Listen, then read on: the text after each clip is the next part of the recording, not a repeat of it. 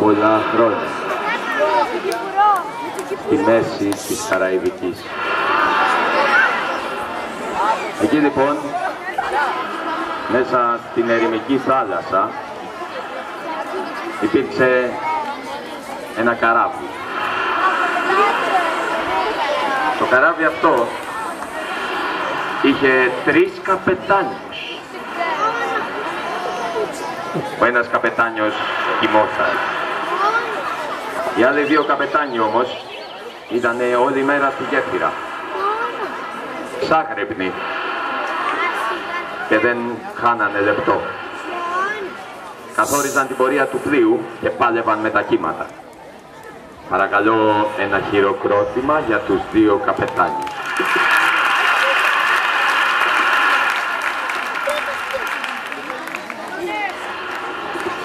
Ο πρώτος καπετάνιος ήταν ο κύριος Παπαστεργίου. Καπετάνιε, ένα χειροκρότημα για τον ένα καπετάνιο.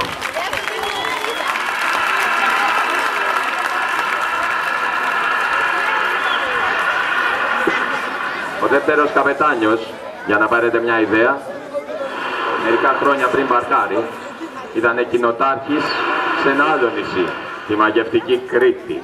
Ένα χειροκρότημα για το δεύτερο καπετάνιο.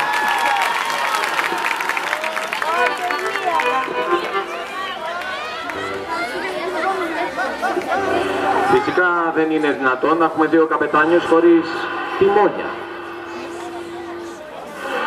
Και φυσικά δεν ήταν δυνατόν οι 2 καπετάνοι να μην έχουν στο πλοίο και 2 μούτσους.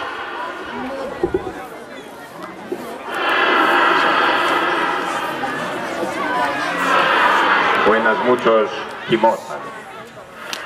Τον άλλο μούτσο νομίζω ότι κάπου τον έχετε ξαναδεί. Εκτός από τον μούτσο υπήρχε και ένας παρατηρητής πάνω ψηλά στο κατάρτι. Ξάγκρυπνος κι αυτός, κοιτούσε με το κιάλι του μέσα στα πέλαγα, έτοιμος να ειδοποιήσει τους καπετάνιους για το τι πρόκειται να συμβεί. Μούτσο! Έλα! Μούτσο! Μούτσο, βλέπω χλέρους! Μούτσο, βλέπω χλέρους! Τι βλέπεις για βρε? Χλέρους! Καπετάνιο! Καπετάνιο! Βλέπει χλέρους! Βλέπει χλέρους, καπετάνιο, που φόρησε! Άστα να έρχονται!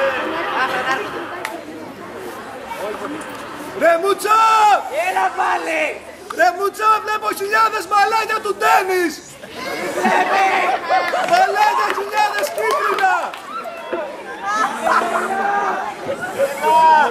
Βλέπει χιλιάδες μαλάκια του τένις! Άστα να έρχονται! Καυτά! Καυτά! Μούτσο! Ρε Μούτσο! Δεν τελειώσε τραγούδι ρε! Γιατί θες πάλι!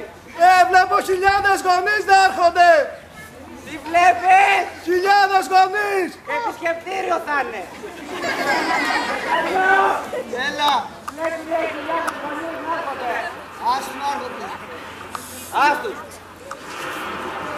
Μικροκυλικείο, Μούτσο! Έλα πάλι! Βλέπω ρε κάτι καρχαρίες! Τι έρχονται! Καρχαρίες, τι να κάνω! Άσου να έρχονται! Άστους! Μα θα μας φάνε! Είναι παλαιστής! Μούτσο! Έλα ρε! Ρε Μούτσο! Λέγες ακούω ρε! Βλέπω κάτι κύματα! Ρε εσύ γιατί στέλνεις μήνυμα στο κινητό και φωνάζω! Ρε Μούτσο! Έλα βρε! Ρε βλέπω κάτι παλώρια κύματα! Έλα! Άστα να έρχονται! Είστε πάνε!